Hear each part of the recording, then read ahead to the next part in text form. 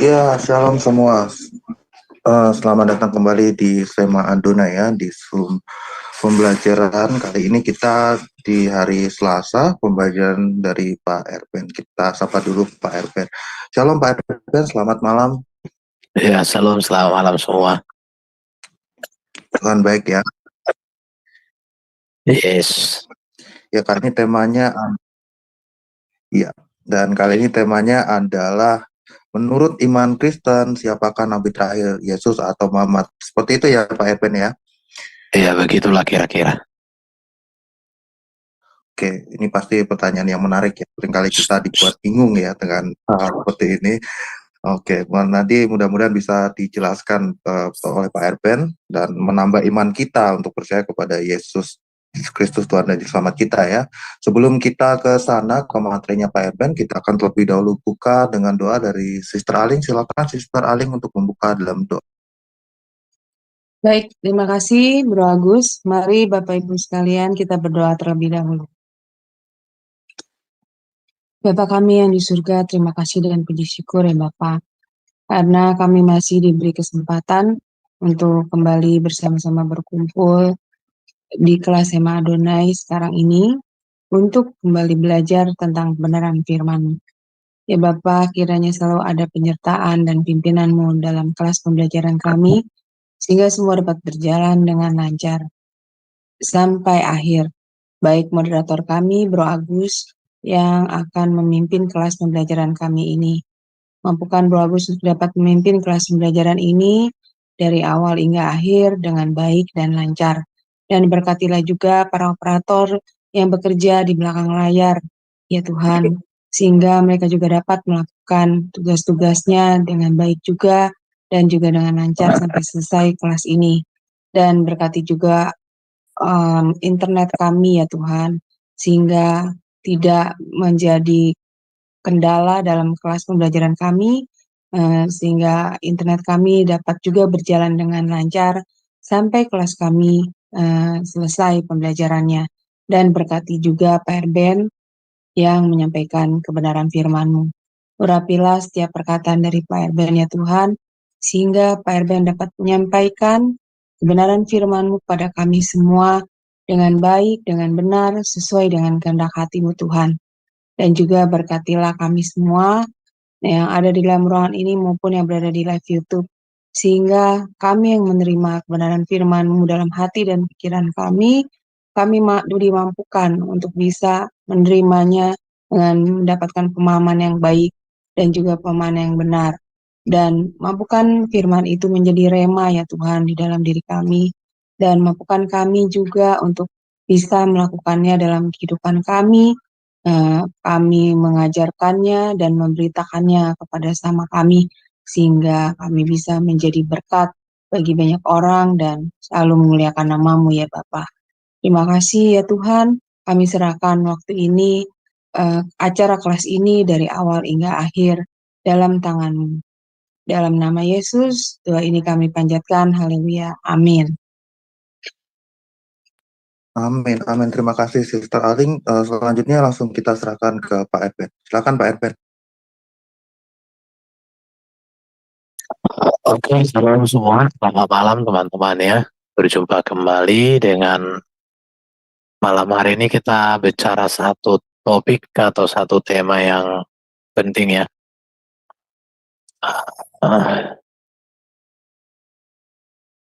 Jadi tema kita hari ini mengenal kenabian Yesus ya. Tema kita kali ini mengenal Yesus sebagai nabi terakhir. Ajaran iman Kristen menolak kenabian Nabi Muhammad.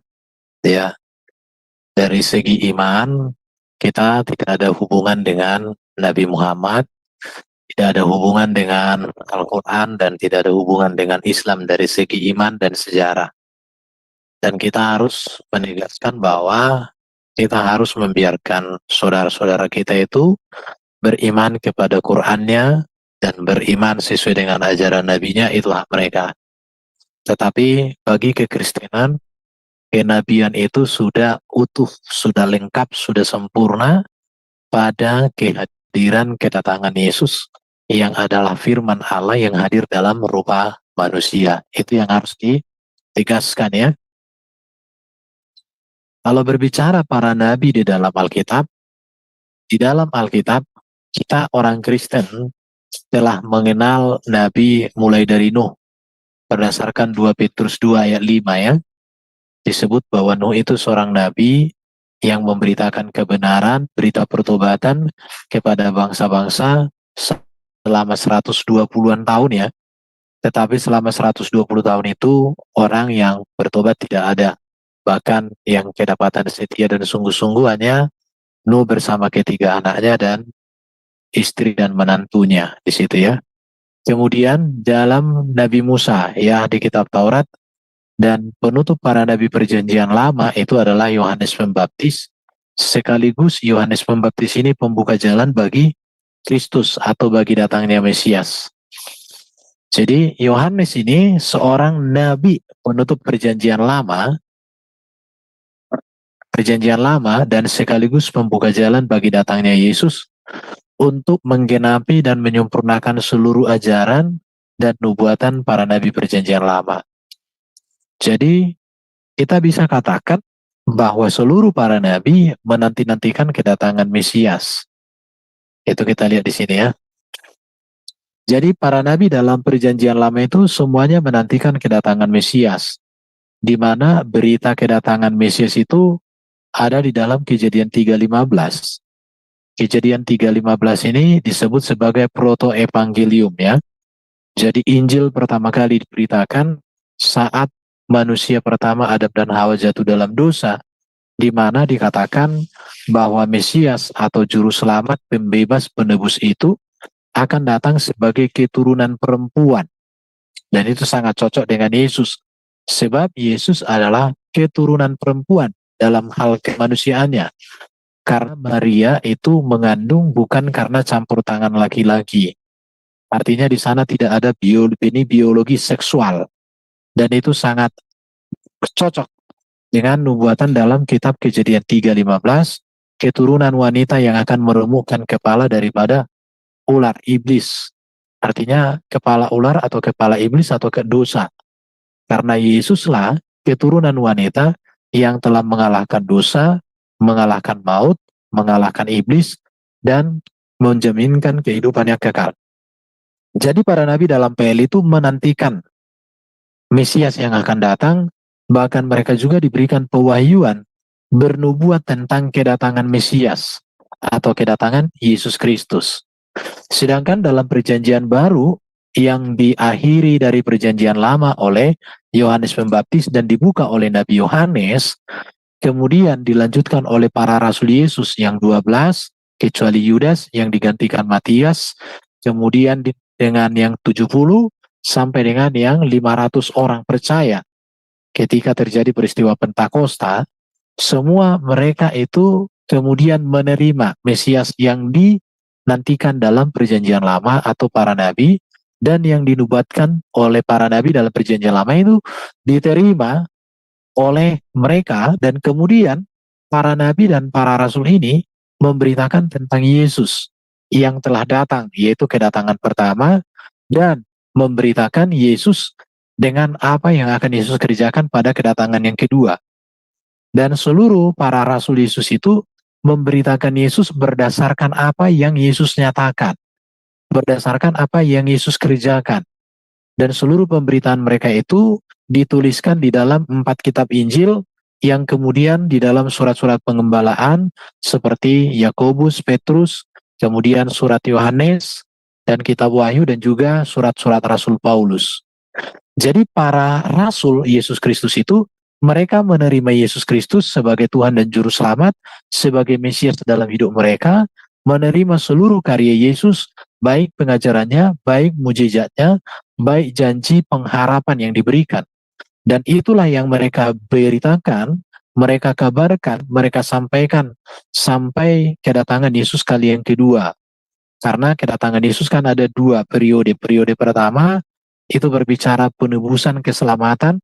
Periode kedua berbicara tentang akhir zaman, yaitu kebangkitan orang-orang saleh untuk masuk ke dalam surga dalam tubuh kemuliaan serta penghukuman kepada iblis dan manusia-manusia yang membenci Kristus akan dilemparkan ke neraka selama-lamanya. Jadi seluruh perjanjian lama sebenarnya pusat pengajaran dan pemberitaannya itu adalah mengarah kepada Kristus. Dan perjanjian baru pun demikian. Pusat pengajaran dan pengharapan dan kehidupan di dalam ajaran itu adalah berpusat kepada Kristus. Jadi dari sini sebenarnya sudah dapat gambaran ya, segala pengajaran yang tidak berpusat dan tidak berdasar pada Kristus, maka bagi orang Kristen itu adalah pengajaran yang bukan dari Tuhan. Tapi itu buatan manusia, itu adalah rekayasa manusia. Karena kita percaya bahwa Yesus itulah yang menjadi juru selamat, yang membebaskan dan yang memberikan hidup kekal. Karena Yesus melalui kematiannya menebus manusia dari kutuk dosa. Melalui kebangkitannya memerdekakan manusia dari maut dan kerajaan maut. Melalui kemuliaannya, dia menjaminkan kemuliaan bagi manusia yang sudah terhina karena dosa, yang sudah rusak. Dan juga menjamin kita mendapatkan bagian dalam kerajaan surga melalui kebangkitannya. Jadi kita yakin bahwa Yesus juru selamat karena memang dia mati bagi kita, dia bangkit bagi kita, dia mulia bagi kita.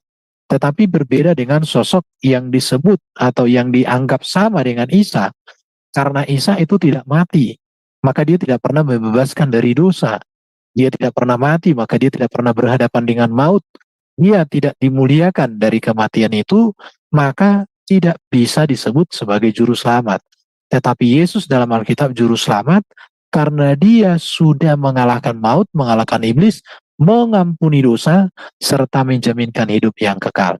Jadi ini Yesus sentral segala berita kenabian sepanjang masa, baik dalam masa para nabi perjanjian lama, sejak zaman Adam kejadian 3:15 sampai datangnya Yohanes sampai sekarang ini dan sampai selamanya, Kristus menjadi pusat pengajaran, pusat pengharapan, dan pusat iman kehidupan orang Kristen sepanjang masa.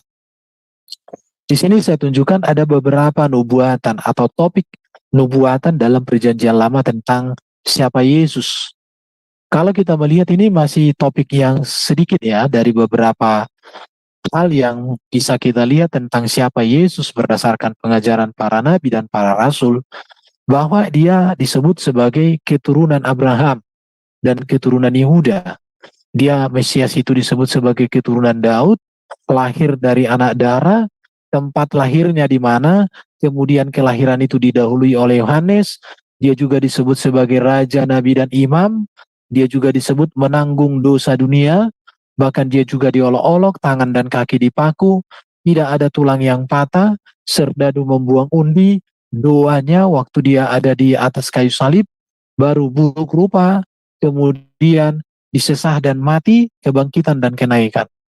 Satu-satunya para nabi yang dinubuatkan, dinantikan dan diharapkan, dan di mana nubuatan tentang kehadirannya, tentang karyanya, tentang hidupnya itu tergenapi dan terpenuhi hanya Yesus. Jadi kembali kepada kita pada malam hari ini harus diingat ya, harus diingat bahwa kenabian itu berpusat pada Kristus, berdasar pada Kristus. Maka segala ajaran entah nabi dari manapun, jika tidak setuju, jika tidak sejalan, jika tidak seiras dan tidak seirama, tidak satu detakan jantung dengan apa yang sudah diajarkan oleh Yesus, maka itu adalah ajaran nabi-nabi palsu, ajaran buatan manusia, ajaran yang menuju kepada kegelapan dan kebinasaan. Itu yang harus berdasarkan iman Kristen ya. Kalau kita melihat juga tentang seorang nabi itu, kalau kita melihat di dalam Alkitab, seorang nabi itu Allah harus berbicara langsung kepadanya. Kita melihat mulai dari zaman Adam sampai kepada Abraham, sampai kepada Musa, selalu Allah berbicara melalui teofani firman. Jadi kalau nabi itu tidak pernah berbicara langsung Allah kepada dirinya, semua serba perantaraan. Itu pun bukan kriteria sebagai seorang nabi. Bahkan Allah menyatakan diri kepadanya. Hal ini terjadi pada Kristus Yesus, di mana Bapa di surga berbicara langsung. Ada dua peristiwa yang bisa kita lihat, di mana Bapa itu berbicara langsung kepada Yesus. ketika Yesus dibaptis yang pertama, yang kedua ketika Yesus mengalami kemuliaan transfigurasi, ketika dia berdoa, di mana pernyataan yang sama diulangi di situ. Inilah anakku yang kukasihi, kepadanya lah aku berkenan. Bahkan dikatakan, inilah anakku yang kukasihi, kepadanya lah aku berkenan, dengarkanlah dia. Nah, di situ ya.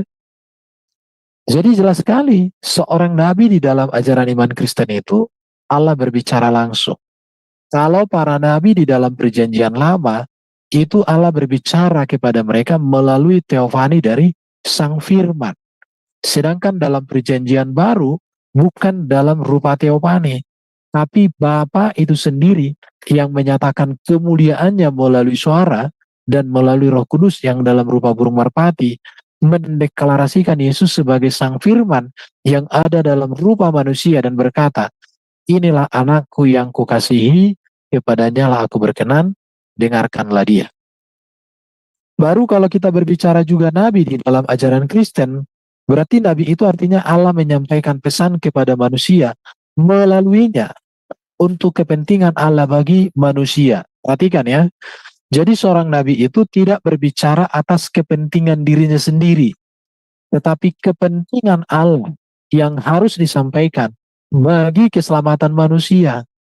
Jadi bisa kita melihat contoh Musa sebagai seorang nabi, dia tidak memfokuskan pewahyuan itu pada dirinya, tidak, tetapi kepada bangsa Israel. Dan itu tujuannya apa? Supaya Allah disembah dan dimuliakan oleh bangsa Israel, bukan untuk kepentingan pribadi Musa. Makanya tidak ada ayat-ayat itu yang ditujukan untuk kepentingan Musa seorang. Jadi ayat itu bukan untuk membenarkan kehidupan Nabi, bukan. Tetapi seluruh pewahyuan Allah kepada Nabi itu tujuannya adalah bagaimana kehendak Allah, bagaimana kekudusan Allah, bagaimana kebenaran Allah dimengerti dan diterima dan dialami oleh manusia. Jadi kalau ada Nabi yang seluruh ayat-ayatnya itu berbicara untuk kepentingan dirinya, itu bukan Nabi yang diterima di dalam kekristenan ya. Jadi para nabi itu ada menegur. Jadi ketika ada dosa yang terjadi di tengah-tengah bangsa itu ditegur, bukan malah diturunkan firman untuk membenarkan dosa itu. Nggak ada di Alkitab ayat yang diturunkan untuk membenarkan perbuatan dosa.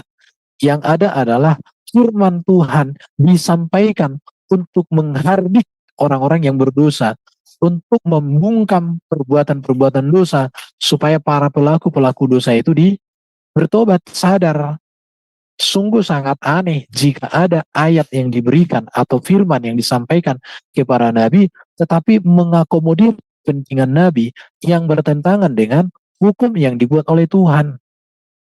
Kemudian juga bahwa ketika Tuhan berbicara kepada seorang Nabi itu mengarahkan manusia kepada kekudusan, mengarahkan manusia kepada kebenaran, mengarahkan manusia kepada keselamatan, mengarahkan manusia kepada kebaikan. Dan itu terjadi pada semua para nabi, khususnya pada Kristus. Karena ajaran Kristus mengarahkan kita kepada surga. Tidak ada ajaran Yesus yang mengarahkan kita kepada hawa nafsu. Tidak ada yang mengajarkan kita diarahkan oleh Yesus kepada keberingasan atau kepada kejahatan atau kepada sesuatu perbuatan-perbuatan yang melanggar standar kerajaan surga, tidak ada. Tetapi justru Yesus mengarahkan manusia untuk hidup dalam kekudusan dan kebenaran, dalam kesetiaan dan taatan kepada kekudusan Allah. Kemudian juga Allah menyampaikan pesan, yaitu janji nubuatan. Kepada Yesus Kristus, nubuatan itu tergenapi dan masih terus akan dikerjakan oleh Kristus sampai pada hari hanya dia datang kembali pada kedatangan yang kedua untuk menyatakan keselamatan hidup kekal melalui kebangkitan orang-orang saleh untuk masuk surga dan juga kebangkitan orang-orang fasik untuk dibinasakan di neraka bersama dengan iblis dan para pengikut-pengikutnya. Dan kalau kita berbicara seorang nabi juga di dalam Alkitab itu harus diurapi. Para nabi itu diurapi. Bahkan raja juga diurapi, imam juga diurapi. Ada minyak-minyak urapan yang disediakan untuk pengurapan bagi para nabi. Tetapi Kristus Yesus Allah sendiri yang menyatakan pengurapan itu melalui kehadiran Allah dan Roh Kudus yang berkuasa, yang memenuhi. Maka Yesus katakan, Roh Tuhan ada padaku di situ ya. Baru Nabi itu juga menjadi wakil Tuhan kepada manusia. Allah berbicara kepada manusia melalui Nabi itu. Kemudian ia berbicara atas kepentingan Tuhan. Ia berbicara bukan untuk kepentingan dirinya sendiri, apalagi untuk mengakomodir nafsu berdosanya. Gak ada. Justru para nabi atau para rasul jika melakukan kesalahan, tidak segan-segan Tuhan akan menghukum. Tidak ada di dalam Alkitab kesalahan yang dilakukan oleh seorang nabi diakomodir, disayang-sayang, dibenarkan dengan memberikan wahyu kepadanya untuk membenarkan dosanya. Bahkan Musa saja yang disuruh berbicara kepada batu tapi dia pukul, itu pun mendatangkan konsekuensinya. Dan karena itu Musa tidak diizinkan memasuki tanah Kanaan. Ini sebuah hal yang harus direnungkan tentang betapa kudusnya standar kenabian di dalam Alkitab. Dan standarnya itu adalah pada pribadi Kristus yang sempurna. Sempurna di dalam ajaran, sempurna di dalam perbuatan, sempurna di dalam ketaatan, sempurna di dalam janji, sempurna di dalam semua. Di situ. Jadi tidak ada cacat celah. Maka kenabian yang tidak sejalan dengan Yesus, yang tidak mengarah kepada Yesus, dan tidak bersumber dari Yesus, maka kita tidak sungkan mengatakan itu nabi palsu berdasarkan ajaran iman Kristen, berdasarkan keyakinan Kristen. Situ ya, itu harus tegas. Kalau kita berbicara pengertian nabi, ada beberapa pengertian nabi ya dalam ajaran Kristen. Secara kata, nabi itu seorang manusia yang memperoleh wahyu dari Tuhan tentang misinya, tentang misi Tuhan bagi manusia dan dunia. Perhatikan di sini. Jadi seorang nabi itu seorang manusia yang memperoleh wahyu dari Tuhan. Tuhan di sini huruf besar Yahweh. Tentang misinya, tentang misi Allah bagi dunia dan bagi manusia. Kalau kita berbicara kepada Yesus Kristus, Yesus katakan, aku datang diutus oleh Bapa untuk melakukan kehendak Bapa, bukan untuk melakukan kehendakku, bukan untuk melakukan kehendak dunia, apalagi kehendak dosa. Maka di dalam Yesus itu tidak pernah berbicara kehendak dosa yang menjadi patokan atau dituruti. Semua itu adalah kehendak Allah. Kehendak Allah apa di dalam Yesus? Kerajaan surga. Apa itu kerajaan surga? Kebenaran, kekudusan, kasih, sukacita, damai sejahtera. Sebab kerajaan Allah bukan soal makan dan minum, bukan tentang hawa nafsu, bukan tentang keinginan daging, bukan. Tetapi kerajaan surga itu berbicara tentang kekudusan, kebenaran, kasih, sukacita, dan damai sejahtera dari Allah. Kemudian yang kedua kita melihat bahwa seorang nabi itu artinya pemimpin umat yang dipanggil Allah untuk memperingatkan agar tidak menyimpang dari perintah-perintah Allah. Perhatikan itu. Jadi dia memimpin umat untuk memperingatkan umat itu agar tidak menyimpang dari perintah-perintah Allah. Kalau saya singkatkan perintah-perintah Allah dari seluruh firman Allah di dalam Alkitab, contoh kepada 10 hukum Taurat. Seorang nabi itu tidak boleh melanggar 10 hukum Taurat. Contoh di situ, jangan berzina, jangan mencuri, jangan mengucapkan saksi dusta, jangan berlalu kasar, jangan mengingini ini dan itu, jangan mengingini istri sesamamu, mengingini harta orang lain dan sebagainya. Jadi seorang nabi itu harus mencerminkan ketaatan kepada firman Allah secara utuh. Kalau nabi itu menyimpang dari perintah Allah, kita buat standarnya sekarang ini, kita coba perkecil dengan 10 hukum Taurat. Jika nabi itu sudah gagal melakukan itu, maka itu bukan nabi. Memang kalaupun ada nabi melakukan, harus ada tanda pertobatan yang signifan dan pasti, yang jelas. Contoh ya, kalau kita berbicara ada nabi mungkin seperti Musa ya, pernah dia melakukan kegagalan, dikatakan berbicara tetapi dia tidak berbicara, malah dipukul. Tetapi konsekuensinya ada. Jadi memperingatkan agar tidak menyimpang dari perintah-perintah Allah. Nah itu ya. Kemudian Nabi itu sebagai orang yang bernubuat tentang apa yang akan terjadi pada masa yang jauh ke depan. Kita lihat para nabi itu diberikan penglihatan dan pewahyuan akan datangnya Mesias, sebuah peristiwa yang akan terjadi ke depan. Di situ ya. Demikian juga Yesus di dalam Matius 24:25 itu berbicara nubuatan-nubuatan Yesus tentang akhir zaman. Bahkan Yesus menubuatkan kematiannya, Yesus menubuatkan kebangkitannya. Bahkan dia menubuatkan tentang kedatangan akhir zaman melalui tanda-tanda yang diberikan. Jadi seorang nabi itu ada nubuatan, bukan dibuat-buat ya. Seorang yang diberikan Allah kuasa untuk mengadakan mujizat atau tanda-tanda heran. Para nabi di dalam kitab itu ada tanda-tanda heran, ada mujizat, ada kuasa yang nyata dari mereka. Maka dia, contoh Nabi Elia dan Elisa itu penuh dengan mujizat. Samuel juga ada mujizat luar biasa. Oleh karena itu maka di dalam kita orang Kristen, kenabian itu adalah berpusat pada Kristus. Sekarang kita lihat pengertian-pengertian 4 nabi ini, apakah ini terpenuhi pada pribadi Kristus Yesus? Nah, kita lihat. Saya katakan Yesus memenuhi kriteria dalam pengertian nabi ini. Mari kita lihat yang pertama. Seorang manusia memperoleh wahyu dari Tuhan tentang misinya, tentang misi Allah.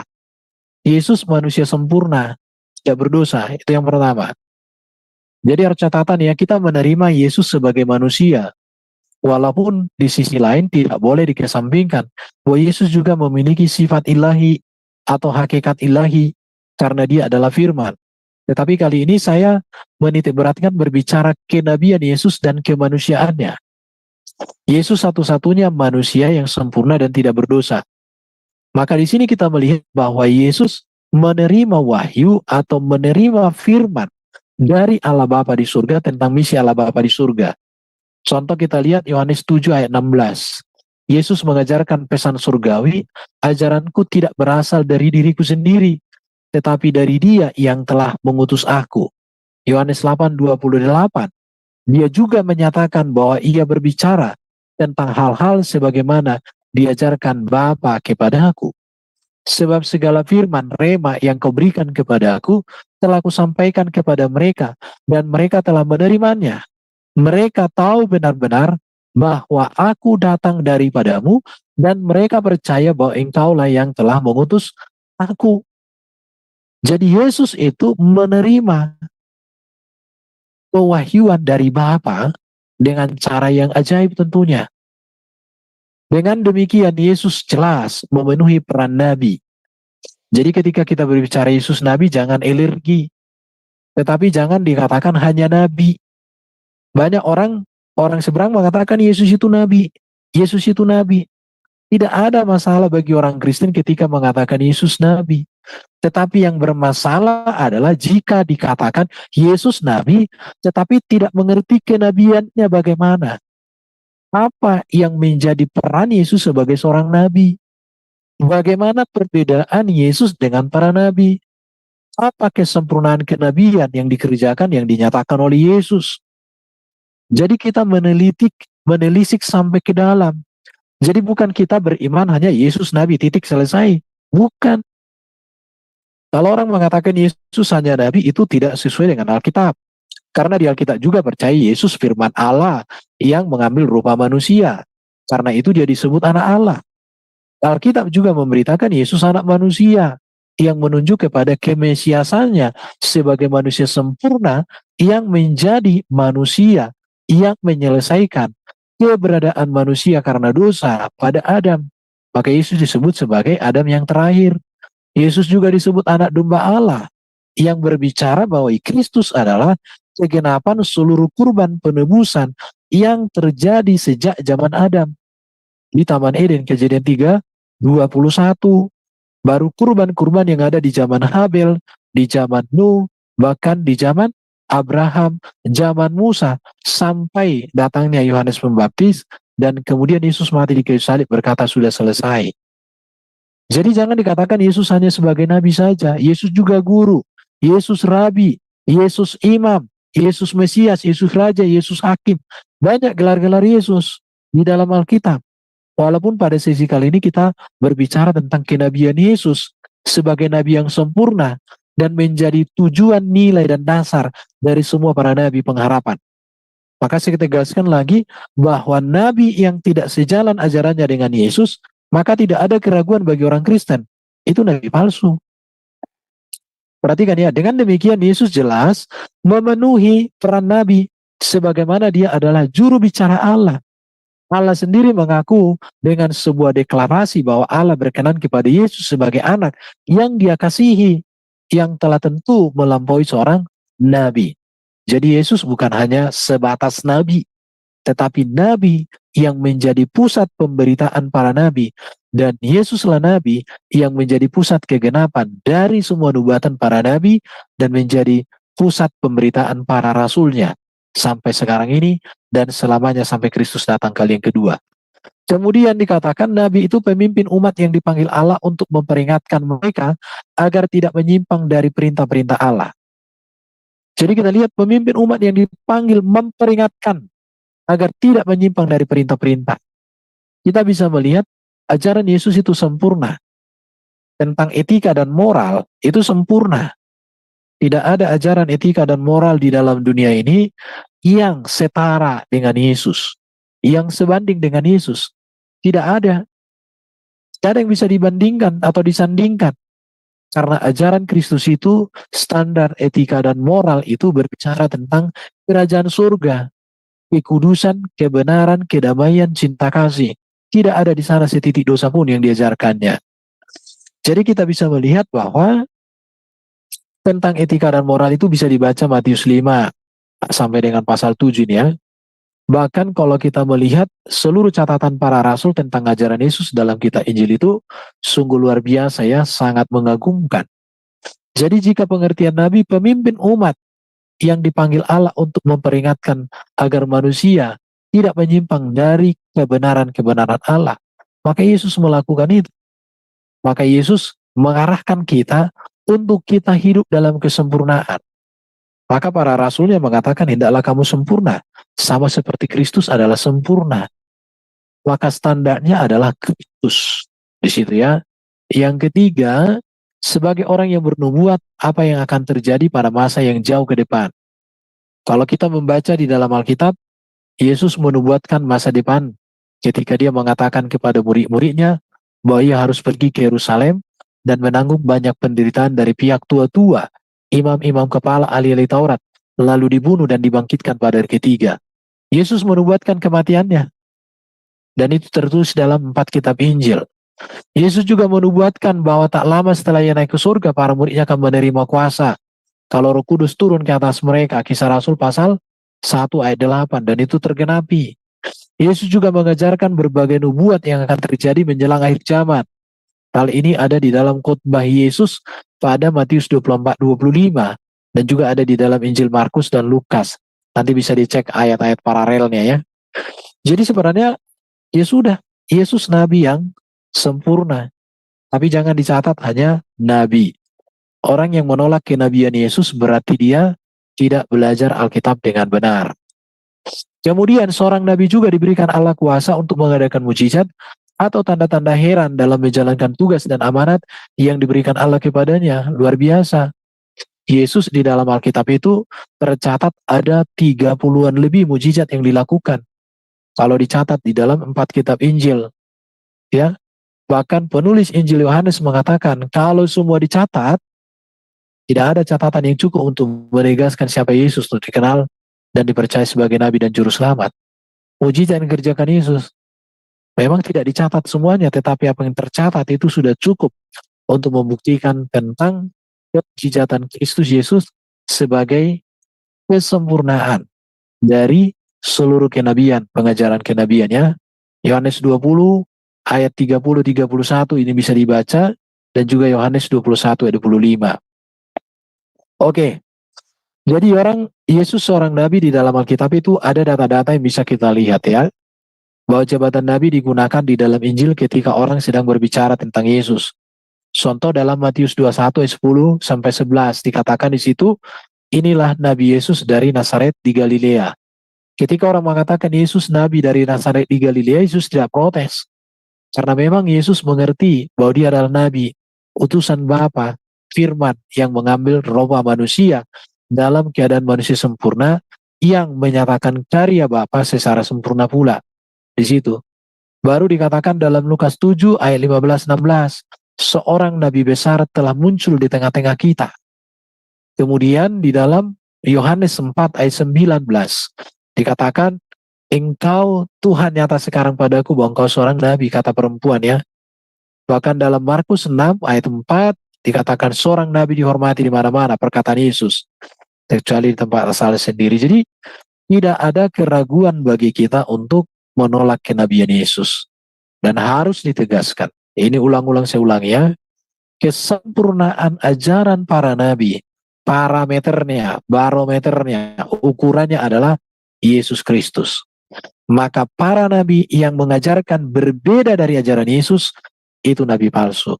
Pengajaran-pengajaran guru-guru apapun jabatannya, tokoh-tokoh masyarakat atau tokoh-tokoh agama, jika tidak berpedoman, tidak sejalan, tidak seirama, tidak satu nilai dan tidak satu tujuan dengan apa yang sudah diajarkan Yesus, maka keraguannya, tidak ada keraguan adalah mengatakan bahwa itu ajaran yang menyimpang. Jadi Yesus nabi bahkan dikatakan lebih besar dari semua para nabi. Dikatakan dalam Matius pasal 11 ayat 7 sampai 11 dikatakan di sini, aku berkata kepadamu bahkan lebih daripada nabi.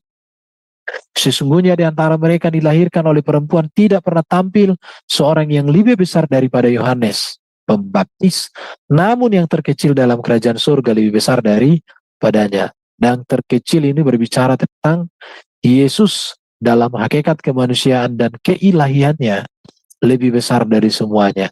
Yohanes Pembaptis, nabi besar, penutup perjanjian lama dan pembuka perjanjian baru, mengakui tentang Kristus lebih daripada nabi. Kenapa? Karena Kristus memang firman Allah dalam rupa manusia. Kristus adalah hamba Allah yang taat sempurna dalam kemanusiaannya sebagai hamba kepada Allah Bapa dalam menuntaskan, dalam mengerjakan semua pekerjaan. Jadi Yesus lebih besar dari semua para nabi. Karena para nabi bernubuat tentang Yesus Kristus, para nabi menantikan kedatangan Yesus Kristus, dan para rasul meneruskan apa yang diajarkan, yang diteladankan, yang dijanjikan oleh Yesus Kristus. Mari kita lihat perbedaan Nabi Yesus dengan para nabi. Ini perlu juga untuk dipahami.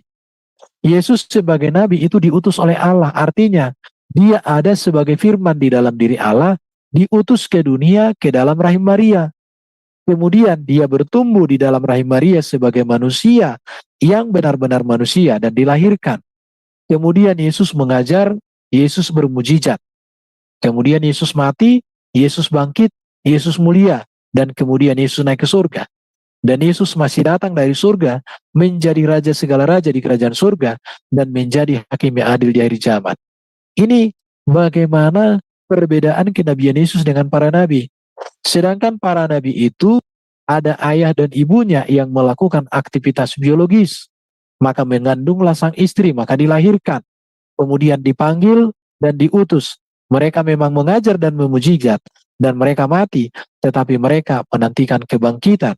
Dan yang membangkitkan mereka adalah Sang Mesias, itulah Kristus. Maka kenabian Yesus ini adalah kenabian yang sempurna, kenabian yang adalah pusat dari penantian pengharapan para nabi itu sendiri. Jadi kalau ada nabi yang tidak sejalan dengan Yesus, maka katakan selamat tinggal. Tidak ada hubungan dengan iman Kristen, tidak ada hubungan dengan Alkitab kita, itu ya. Keutamaan Yesus sebagai nabi juga bisa dilihat tentang seluruh hidup dan ajaran karya Yesus sudah dinubuatkan oleh para nabi. Kemudian kelahiran Yesus dari rahim perawan Maria. Ini poin-poin penting ya, harus dicatat. Kehidupannya tidak berdosa dan tidak dijamah setan. Yesus tidak pernah dijamah setan ya. Ajaran etika dan moral sempurna, standar kerajaan surga. Melakukan banyak tanda ajaib yang mengherankan. Ya, melakukan yang mati bangkit, tuli mendengar, bisu berbicara, buta melihat, lumpuh berjalan, sakit berbagai penyakit disembuhkan, yang terikat setan dibebaskan, semua mujizat. Kematiannya berkuasa mengampuni dan menebus manusia. Kebangkitannya mengalahkan kerajaan maut dan iblis. Kemuliaannya menjamin kehidupan kekal bagi manusia. Kenaikannya ke surga menyediakan tempat bagi umat tebusannya.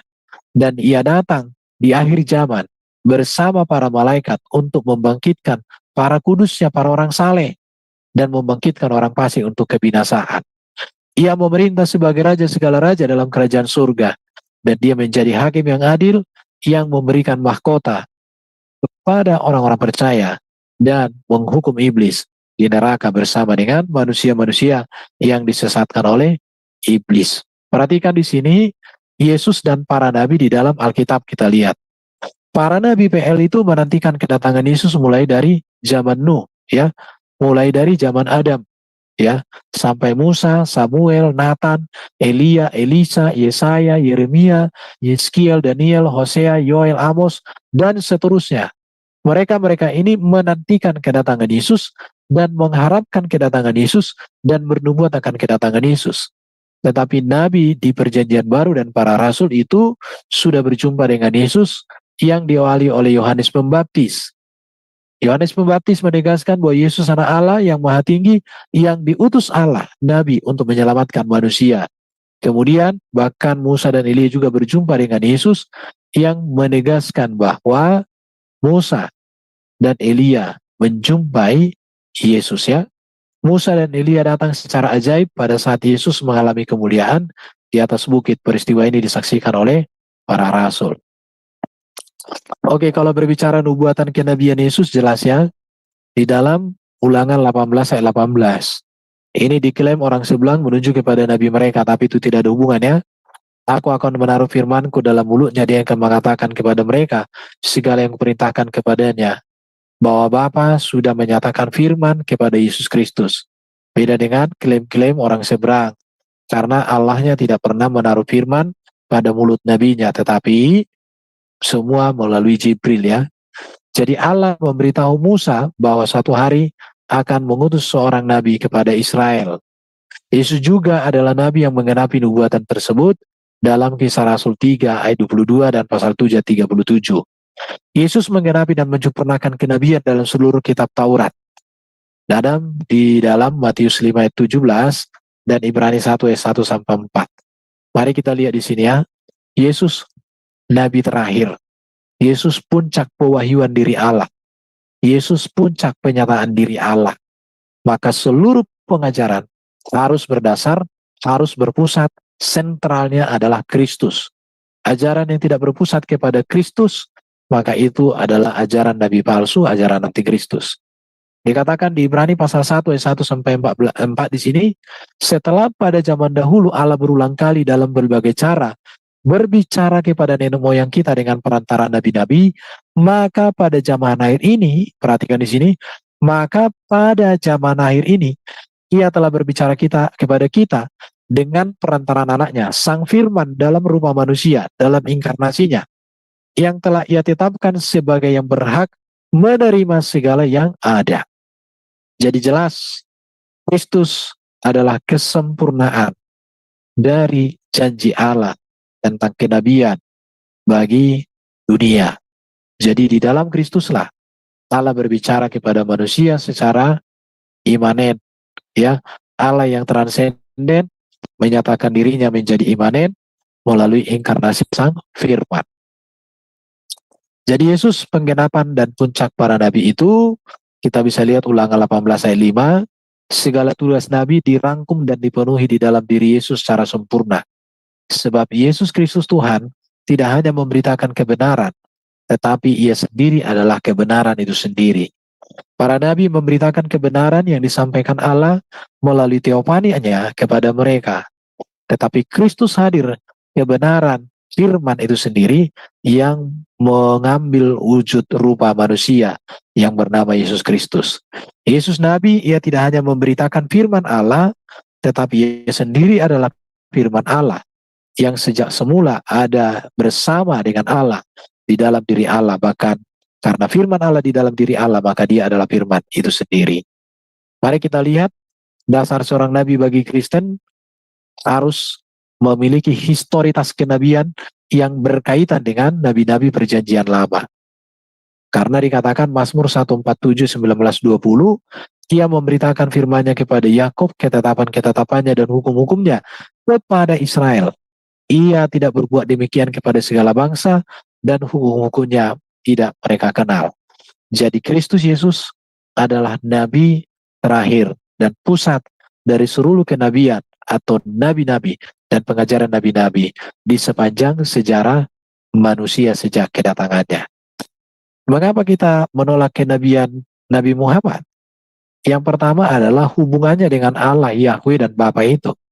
Tidak pernah dia memanggil Allah sebagai Bapa. Tidak pernah memanggil bahwa Yahweh lah mengutus dia. Tidak memiliki hubungan. Baru kesinambungan ajaran. Kesinambungan ajarannya itu tidak sejalan, tidak koheren dengan apa yang sudah diajarkan oleh para nabi baik dalam perjanjian lama dan perjanjian baru. Bahkan kisah-kisahnya pun berbeda-beda. Ya, kisah nabi-nabi dalam ajarannya berbeda-beda.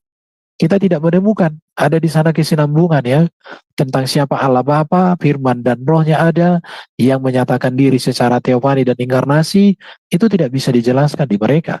Kesinambungan ajarannya sangat berbeda ya. Ajarannya tentang keselamatan, ajarannya tentang surga, ajarannya tentang Allah, Allah itu bagaimana memiliki firman dan roh, ajarannya tentang kekudusan, standar ajarannya tentang perkawinan, ajarannya tentang banyak hal itu berbeda ya, berbeda. Dan saya katakan memang tidak perlu dihubung-hubungkan. Biarlah mereka dengan keyakinannya dan kita dengan keyakinan kita bicarakan semuanya. Bahkan juga kenapa mereka tidak berani menyatukan wahyu yang diterimanya dengan wahyu yang terdahulu. Itu buktinya beda dengan kekristenan. Kristen itu menjadikan kitab PL dan PB itu sebagai satu kesatuan di dalam terang Kristus. Tapi mereka tidak bisa. Jika kitabnya disatukan dengan kitab terdahulu, maka akan terjadi pertentangan yang sangat luar biasa. Maka sebaiknya Alkitab, PL, dan PB berdiri bersama sebagai kebenaran yang berpusat pada Kristus dan jangan dikaitkan, dihubungkan dengan Quran, dengan kebenaran yang berpusat kepada kebenaran Islam. Itu nggak bisa dihubungkan. Baru kalau kita berbicara juga penciptaan juga berbeda, ya. Jadi penciptaan di dalam ajaran Nabi mereka itu, di kitab mereka dengan kita ada perbedaan. Tentang pengertian dosa, dosa dengan perbuatan dosa, di dalam kekristenan itu dijelaskan.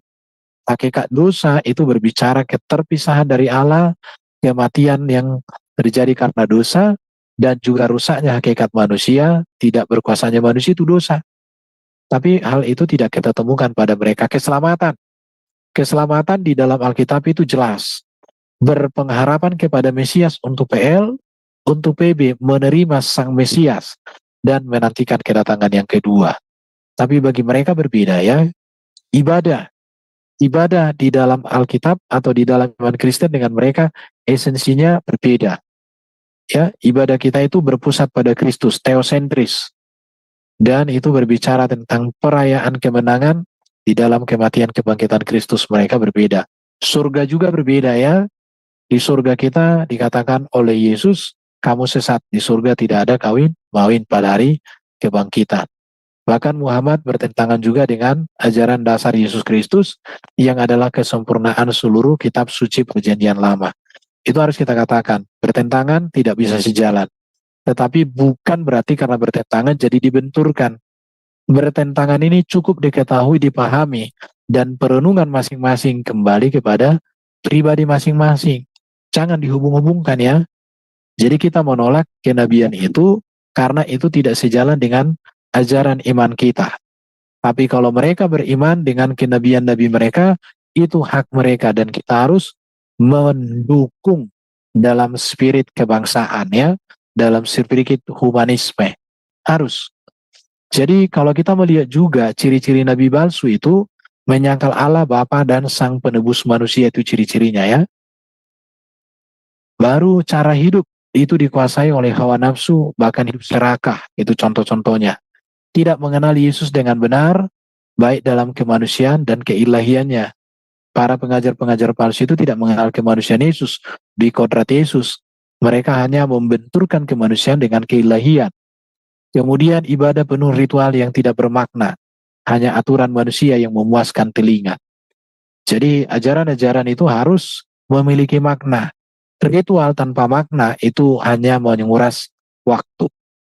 Ajaran berbeda dengan ajaran yang diajarkan Yesus dan murid-muridnya. Jadi, kenapa kita tidak menerima kenabian Nabi Muhammad? Ya karena ajarannya berbeda dengan ajaran yang diajarkan Yesus dan murid-murid Yesus. Galatia 1 ayat 8. Baru melakukan mujizat palsu, mujizat untuk memenuhi kemuliaan dirinya. Oke, saya pikir di sini ya penutup. Yesus diakui Alkitab dan gereja memiliki jabatan dan tugas sebagai seorang nabi, namun kenabian Yesus unggul utama atas semua para nabi, sebab Yesus menggenapi dan pusat pemberitaan para nabi, baik para nabi dan para rasul. Dan Yesus juga kesempurnaan dari seluruh ajaran itu. Kesempurnaan kenabian Yesus terletak pada beberapa hal. Bahwa Yesus nabi yang datang dari surga, firman Allah menjadi manusia, di mana Yesus katakan, aku datang dari Bapa. Yesus nabi yang sempurna sebab ia tidak berdosa dan berkuasa ampuni dosa. Yesus satu-satunya nabi yang tidak berdosa dan berkuasa ampuni dosa. Yesus nabi yang memberikan pengajaran etika dan moral yang sempurna, serta menjadi teladan etika dan moral sempurna, yang menjadi kesempurnaan dari seluruh etika dan moral di dalam ajaran gereja. Yesus nabi yang mengalahkan mujizat, juga memberikan janji tentang kedatangan di hari zaman. Janji kedatangan Yesus menjadi pusat pengharapan Kristen sepanjang masa. Jadi mulai hari ini, pusatkanlah pengajaran kita pada Kristus Yesus sebagai Sang Nabi yang sempurna, Sang Nabi yang terakhir, yang menjadi patokan, landasan, penilaian bagi semua para nabi. Jika ada nabi yang hidup dan ajarannya tidak seirama, tidak sejalan dengan Yesus, maka itu ditolak sebagai nabi berdasarkan iman dan ajaran orang Kristen. Namun jika orang meyakini kenabiannya demikian, biarkan. Itu hak mereka dan itu dijamin oleh konstitusi, dijamin oleh negara. Oke, demikian yang bisa sampaikan. Kembali ke host, terima kasih. Tuhan memberkati kita semua. Kalau ayat-ayat yang menegaskan Yesus utusan Allah, ini bisa disimak ya. Silakan dipahami nanti, bisa dibaca atau bisa dihentikan. Kembali ke host, Tuhan Yesus memberkati, salam. Ya, shalom Pak Erben, terima kasih ya atas materinya tadi. Untuk teman-teman yang mau bertanya jawab silakan resen ya, tapi kita selesai Sterling. Tuhan berkati teman-teman. Kalau ada yang mau bertanya silakan untuk resen ya, sudah ada tadi promosinya. Oke, sebelum ya kalau belum ada yang bertanya, aku mulai ke pertanyaan dulu ya Pak Erben ya. Sebenarnya kita sebagai orang Kristen boleh nggak Pak menyebut orang lain itu sebagai nabi? Ya karena kalau kalau tadi kan udah difinalkan gitu kan, Yesus adalah nabi terakhir. Tapi bagaimana kita menyebutnya, misalkan ada nabi kayak Nostradamus, itu juga banyak orang yang bilang nabi gitu kan. Kemudian dari evangelis-evangelis di Afrika kayak TB Joshua itu juga dia memakai nama nabi juga gitu Pak Herbert. Sebenarnya boleh nggak sih Pak kita nyebut seperti itu pendeta kita atau orang lain itu Pak? Silakan. Kalau karunia nabi itu mungkin lebih tepat ya. Kalau jabatan nabi nggak usah lagi lah. Iya, karunia Jadi nabi terlalu masih ada. berlebihan ya Pak ya. Iya, menurut aku terlalu berlebihan ya. Cukup karunia nabi aja. Karunia nabi itu memang ada kan bernubuat toh. Tapi kalau jabatan nabi rasanya kurang cocok ya. Oke Pak Itu kalau Erben, apa? selanjutnya Iya. Kak, ya Kak Aaron silahkan Kak Aaron. Oke, shalom. Sebelumnya terima kasih atas waktunya. Selamat malam, Tuhan Yesus memberkati. Oke, pertanyaan saya ya Pak. Kalau kita lihat di dalam Kisah Para Rasul pasal 13 ayat 1, itu dikatakan Barnabas dan Simeon itu adalah nabi. Jadi kira-kira gimana dengan penjelasan itu Pak? Kisah Para Rasul 13 ayat 1. Terima kasih Pak. Bisa. Iya betul ya. Iya, terima kasih. Pada waktu itu dalam jemaat di Antioquia ada beberapa nabi dan pengajar, yaitu Barnabas, Simeon yang disebut Niger, Lukius orang Kirene, dan Menahem orang yang diasuh bersama dengan Raja wilayah Herodes serta Saulus. Kata nabi di sini apa ya? Bentar. Nabi. Kebetulan ntar. Saya cek dulu ya. Oke, siap Pak, siap. Ah, saya harus ambil buku ini. Kisah Rasul 13 ayat, aduh salah, ayat 1. Yang disebut Nabi ya.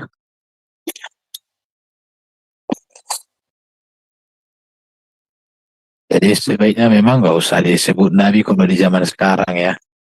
Karena jabatan gereja itu Kisah Rasul 13 ayat 1. Bentar.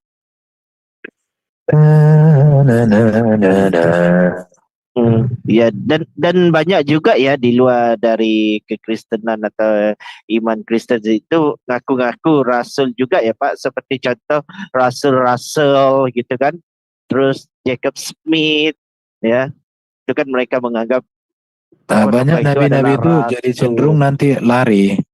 Banyak Iya, nabi-nabi iya. itu. Jadi kalau karunia nabi saya setuju sih, tapi kalau nabi nggak usah lagi. Sebaiknya nggak Iya, usah. iya. Iya, Tapi iya, etis ya. benar, benar. Hmm, ya. Area B Nabi B586.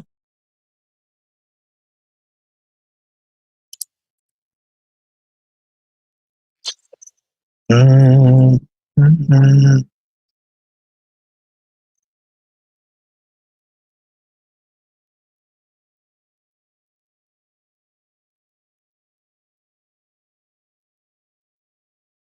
Nabi 586.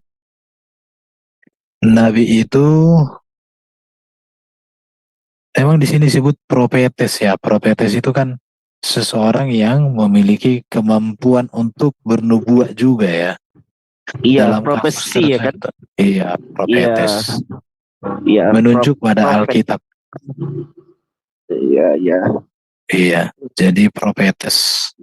Itu nabi bisa kitab, nabi bagian kitab kita, nabi isi kitab. Nabi-nabi. Jadi seorang nabi itu digunakan kepada Yesus juga. Nabi Yesaya juga profetes ya. Jadi ini lebih Iya, kepada seseorang yang punya kemampuan untuk bernubuat atau memberitahukan hal-hal yang akan datang. Jadi bukan berbicara jabatan ya, tapi berbicara kepada fungsi. Kalau saya lihat di sini ya, oh iya, iya, iya. punya karunia, bukan jabatan. Hmm. Hmm. Iya, saya melihat Kisah Rasul 13 di sini bukan bicara jabatannya ya. Berarti Iya, bicara tentang karunia ya, seperti iya kemampuan. ya, iya, iya, iya. Oke, berarti Pak. Oke, terima kasih Pak. Ini ada teman yang lain ini. Oke, shalom, Tuhan Yesus Iya. memberkati. Oke, terima kasih Brother Aaron ya. Oke, ini ada Tina Galung, ini Ibu atau Bapak, silahkan untuk unmute ya, silahkan untuk bertanya. Silahkan Sister atau Brother Tina Galung. Ya udah. Iya, iya, salam Pak Erben, salam Iya. saudara-saudara. Iya, Iya. saya mau tanya nih Pak Erben. Sebelumnya saya perkenalkan dulu, saya dari seberang dan saya baru mengenal Tuhan Yesus dari tahun 2016. Tapi posisi saya ada di Timur Tengah dan saya belum dibaptis. Ya, saya mau bertanya, kemarin teman saya mengatakan bahwa saya kan bilang bahwa saya ini belum dibaptis, tapi saya harus dibaptis.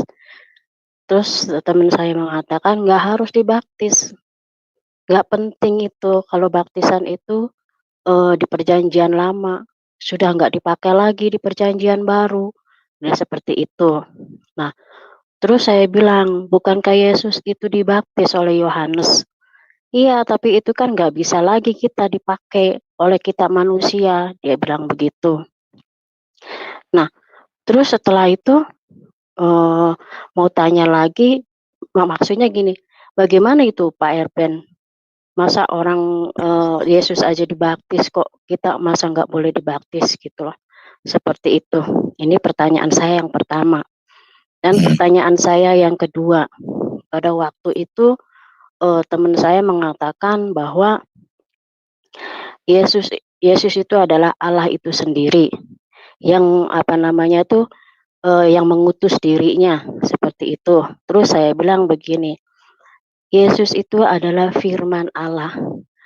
Kalau di dalam Al-Quran itu adalah kalam, kalimat Allah, kalimat yang keluar dari tubuh Allah, saya gitu. Yesus itu firman yang keluar dari tubuh Allah, dia firman yang telah menjadi manusia.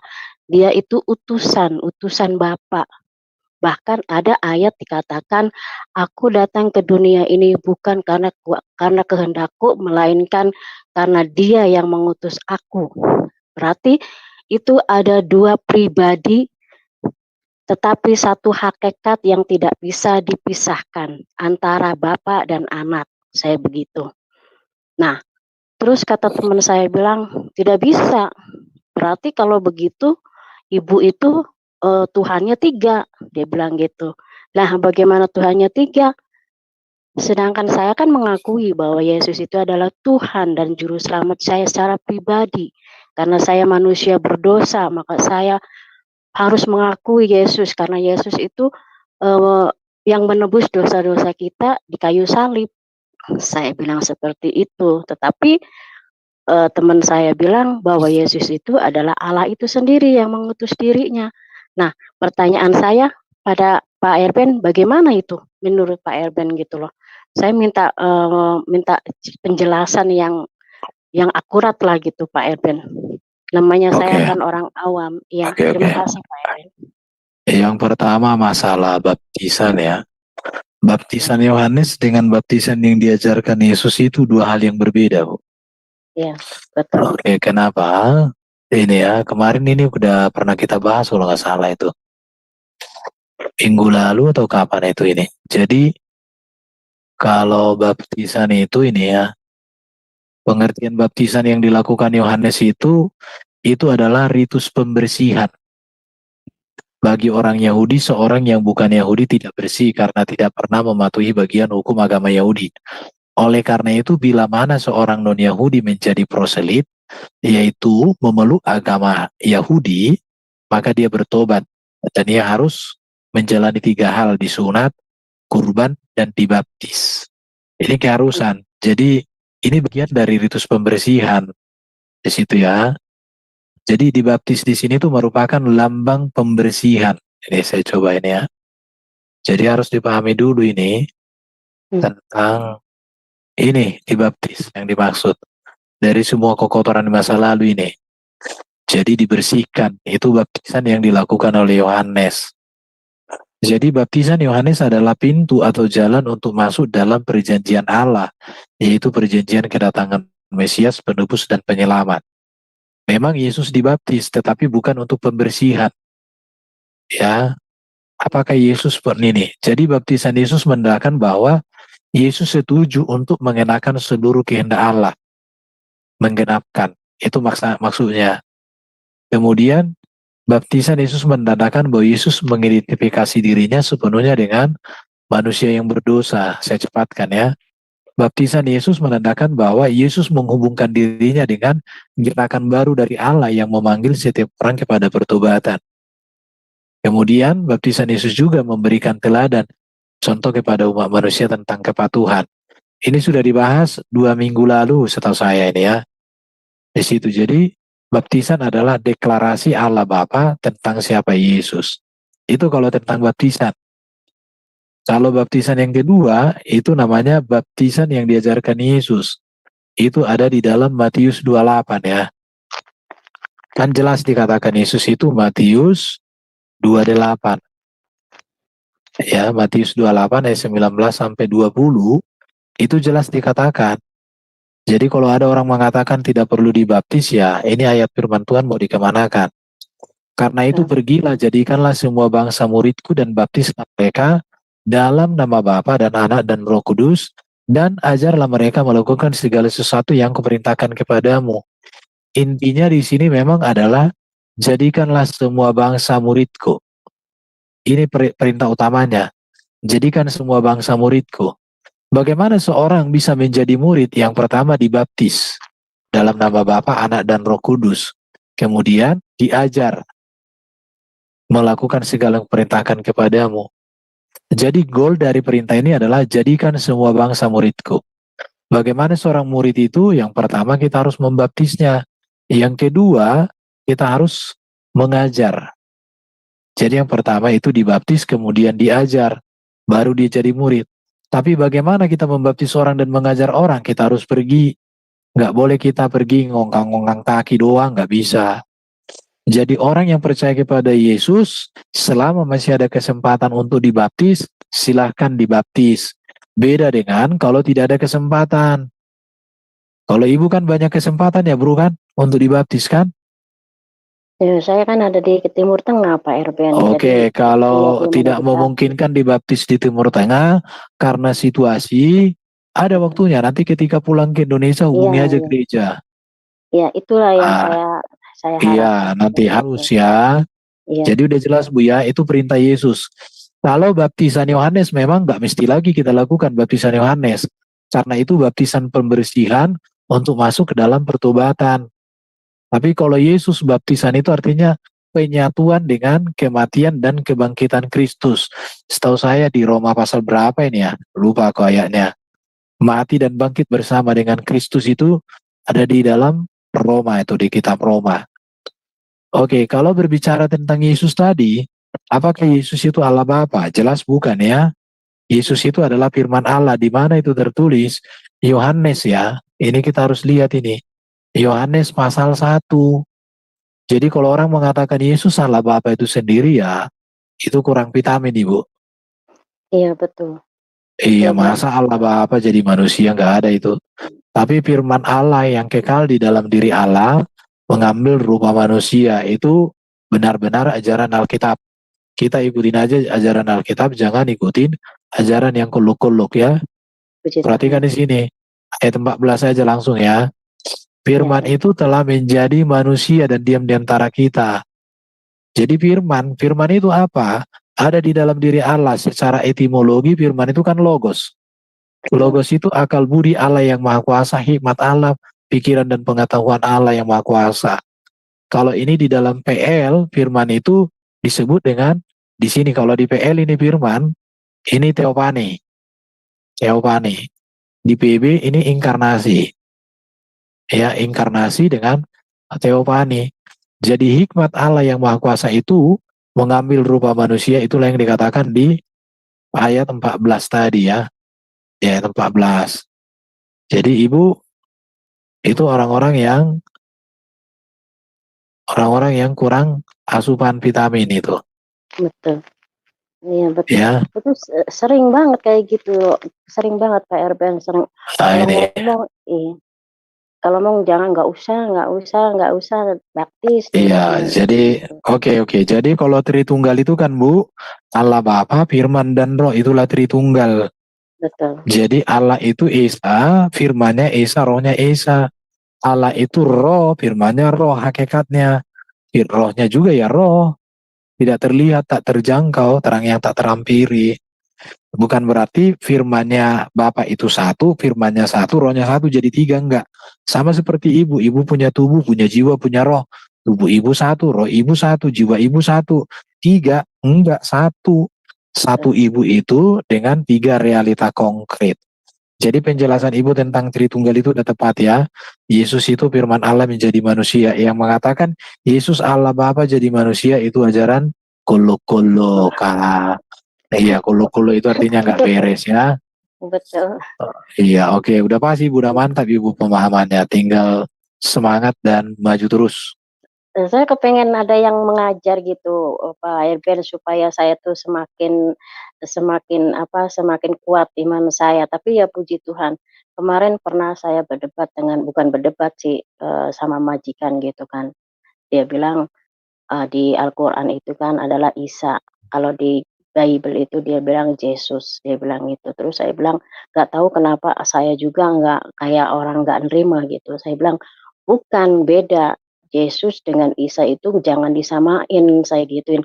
Ya Iya, tapi di nggak sama, nggak Al-Quran, sama. iya. Tapi di Al-Quran begitu, nggak bisa di Al-Quran, di Bible, Bible, saya gituin. Kalau kalau Maryam itu saudaranya Harun dan Musa. Ibu, Nah, ibu kalau bisa bahasa Arab, Bu? bisa. Oh, bagus, bagus. Nanti ibu pulang ke Indonesia, itu modal yang sangat luar biasa, Bu ya. Iya, iya Pak Erben. Terima kasih banyak Oke, dukungannya. Saya minta nanti oke. kalau ada lab saya minta ininya Pak Erben linknya biar Oh, supaya aku saya bisa. rata-rata tiap hari ada di Di TikTok, Ibu. TikTok. Oh di Aku tiap TikTok hari nggak di bisa. TikTok, Ibu bisa bertanya nanti di TikTok. Iya, salam Saya kenal jarang Bu buka. Tina. Iya, Iya, salam Ibu kenal Tina. juga Bu. Ya, Atau Ibu, saya ini channel saya, Bu. Ibu bisa masuk ke sini aja. Pak Ini saya Erben. tunjukin ya. Di channel ini ada banyak hasil-hasil diskusi, debat, ngajar. Nah, ini nih. Channelnya nih, Bu. Airben Channel. Mana? Erben Channel. Nah, ini Nah, nih, Airben Channel ini. Silakan Ibu copy aja. Apa ini? Subrek. Nonton aja video-videonya. Yang video ini aja. Jangan yang live. Kalau live panjang-panjang. Kalau video ini udah rata-rata diedit. Nah, ini. kemarin malam saya dengerin itu waktu sama si Juma, saya gendek banget. Oh, ini Kalau nanti si Ibu Juma, nonton nanti nih. Ini terbaru ini. iya. Kemarin itu sekumnya PBNU Jawa Timur berdebat sama Hmm, saya tentang moral Muhammad. Nanti Ibu nonton lah. iya, betul Itu yang lah tentang moral Muhammad manas-manas. itu. Hmm. Oke, ini channel YouTube yang saya kelola. Silakan Ibu Iya, iya bisa yang itu. subrek. Subrek, Tonton subrek. videonya. Subscribe, Kalau Pak ya Erben. subrek. Kalau ada Kalau iklannya jangan dilewatin ya, lumayan.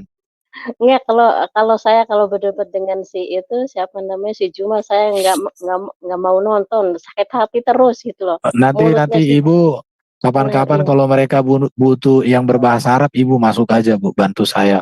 Ayo iya kita bahas nanti, apa? Ah, gitu. iya nggak apa-apa kalau ada linknya. Cuma saya kalau bisa ke itu ke apa namanya ke YouTube nggak bisa Pak Erben karena nggak ada nomor. Jadi harus masukin Oh, nomor, iya. ya nanti Saya kalau kapan-kapan Ibu subrek lah. TikTok saya bisa diikuti, Bu. TikTok RBN Murid iya, Setia 1 2 3 4 5 6. oh Jadi ya, TikTok saya 6 sekarang. oh, Enam-enamnya Mantap. sudah enam-enamnya sudah mencapai 1.000 lebih. Jadi udah bisa oh digunakan. mantap, puji Soalnya Tuhan, kalau di band satu hidup satu gitu ya. betul, Karena pernah enam-enamnya kena band kan. Kalau kena band saya akan mainkan lagi lah terus. betul. Itu ya. Ya terima kasih Bu Pak Tina, Erben. salam Iya Bu. kenal ya dari saya Heni ya. Oh iya, Sering Bu. main ke sini Bu, dari hari Senin sampai hari Minggu Bu. Kita Ya ngumpul di siap Bu. sini ya Bu. Ya siap Bu Bu Heni, kalau siap. bisa kasih nomor HP-nya di chatting Bu. Nanti saya teks Ibu pakai WA ya. Iya nanti Ya, nomornya Ibu ya di mana ya? Tadi itu saya lupa tadi Ibu Heni itu ngasih tahu tadi itu saya mau dicatat udah keburu-buru hilang. Cepet-cepet hilang. oh ya. Iya. Ya Bu, ini saya kasih minta nomor Ibu ya. Oke, silakan moderator. Iya, ada pertanyaan di YouTube mungkin Pak ini Gini, bisa di YouTube ditambah. gini, ada yang namanya Bang Nong. Bang Nong bilang begini, syukurlah kalau Yesus itu cuma nabi katanya gitu Pak Erben. Oh, Jadi Bang Nong itu dia tidak nangkap ya Pak Erben. Oh, Bang Nong itu orang lama yang sudah pernah saya dialog dulu. Mm-mm. Jadi dia itu sebenarnya hanya mempertahankan sesuatu hal yang sudah kita nyatakan salah. Saya udah pernah diskusi dulu dia itu getol itu di Zoom di YouTube streamnya dulu dia semangat. Tapi saya sudah berapa kali dialog sama dia, kamu salah, nggak kayak gitu. Jadi aku udah pernah dialog sama dia, kamu beda dengan Kristen yang lain katanya. Ya beda lah dari Oneness. Oneness kan bukan Kristen, aku bilang. Oke. Itu Bang Nong ya. Selama Mudah-mudahan ini dia kan masih yang dipahami mereka kan Jadi gini ya, pemahaman Bang Dong itu tentang Yesus kan terlalu pendek. Mereka hanya memahami Yesus itu nabi utusan. Sementara kalau di dalam Alkitab dijelaskan nabi yang bagaimana, utusan yang bagaimana, kan kita jelaskan semua. Betul. Jadi silakan umat muslim berpikir mau ikut nabi yang datang dari surga atau nabi yang datang dari dunia. Mau ikut nabi yang sudah bangkit dari kubur atau ikut nabi yang masih dalam kubur. Ikut nabi yang sudah di surga atau ikut nabi yang tidak jelas masuk surga. Kan tinggal Betul. gitu aja. Jadi gak usah pusing-pusing kalian.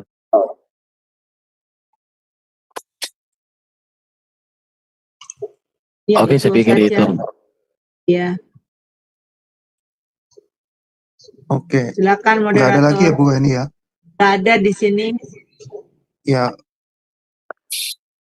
oke ya, karena oke aku masih mungkin kasih waktu 1 menit lagi ya untuk teman-teman kalau ada yang mau resen ya.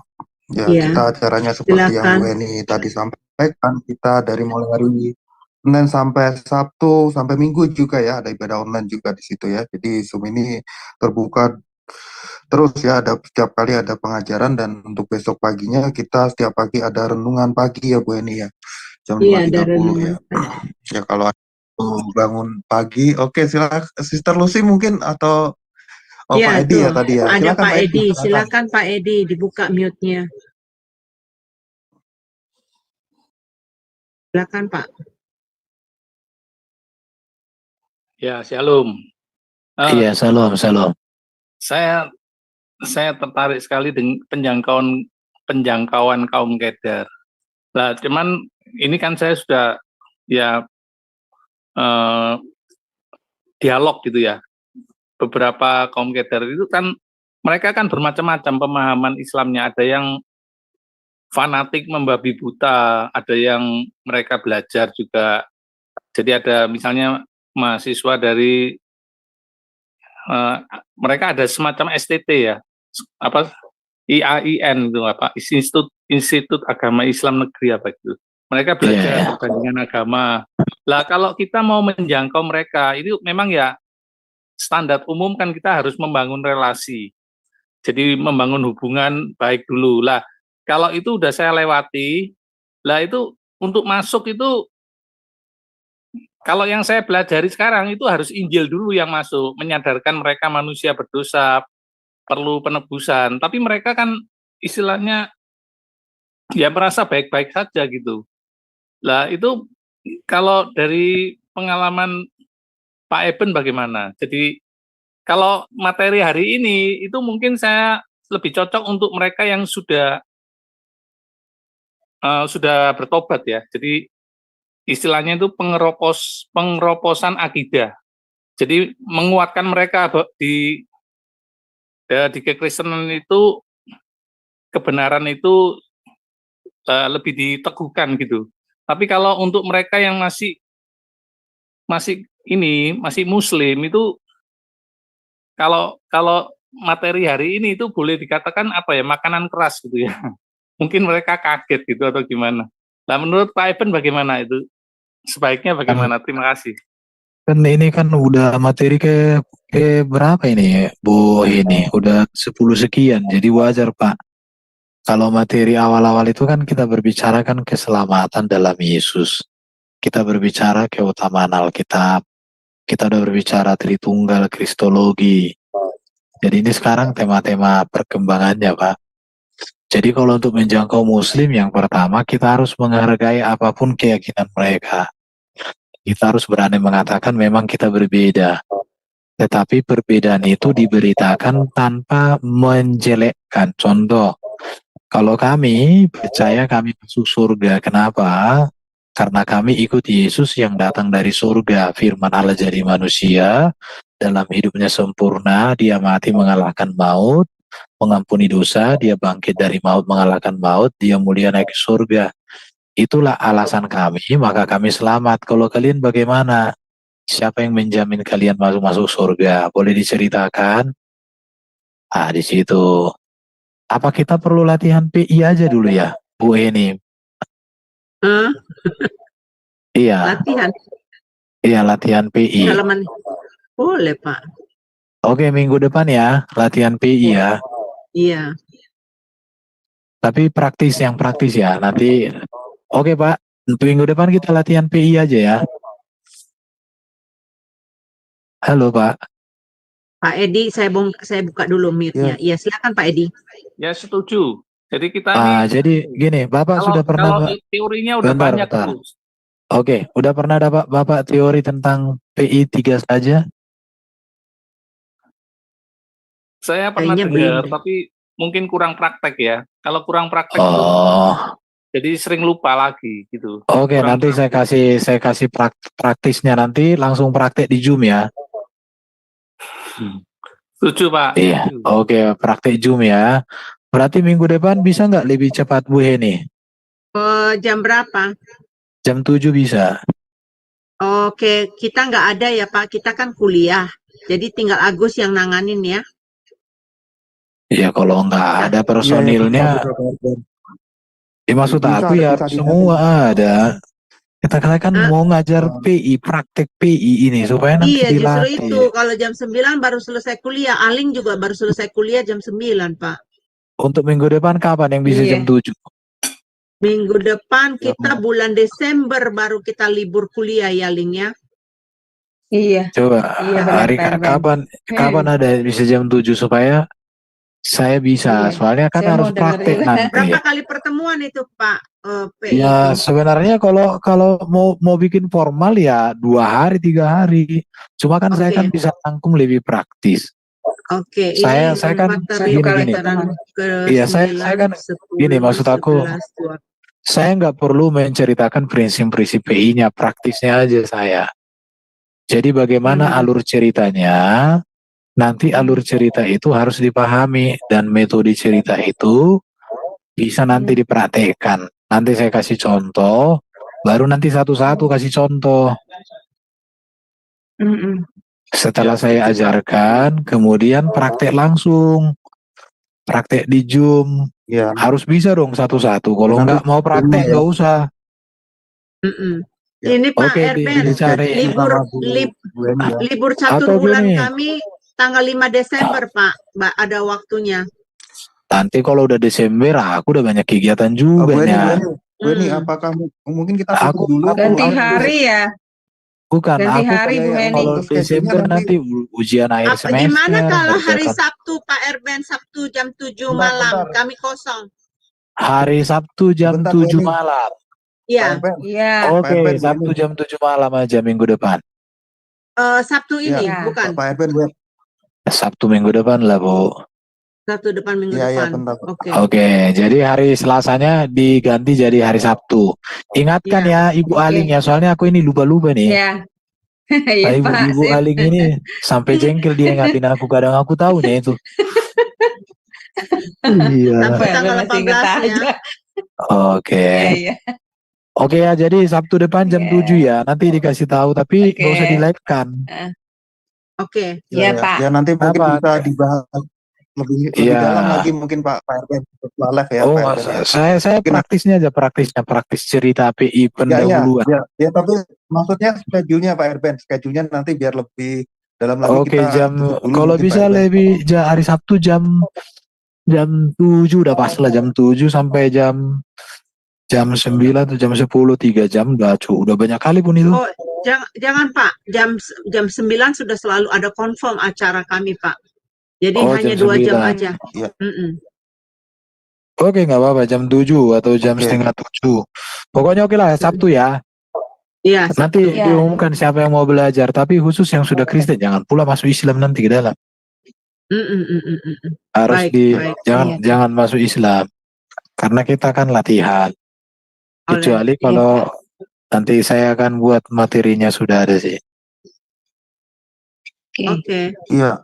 Oke.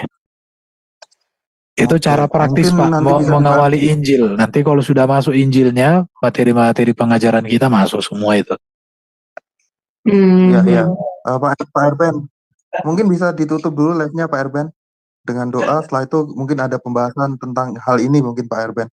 Silahkan Ya, Pak Erben. setelah ini intern kita ya. Oke. Kita berdoa terima kasih untuk kebenaran firman Tuhan yang kami boleh bicarakan. Semakin kami mengenal sebagai Yesus sebagai Sang Mesias, Dia adalah Raja, Nabi, dan Imam yang sempurna, yang menjadi teladan dalam segala hal. Terima kasih, berkati semua orang yang sudah mendengar, berkati kami semuanya. Terpuji Bapa, dalam nama Yesus kami berdoa. Amin.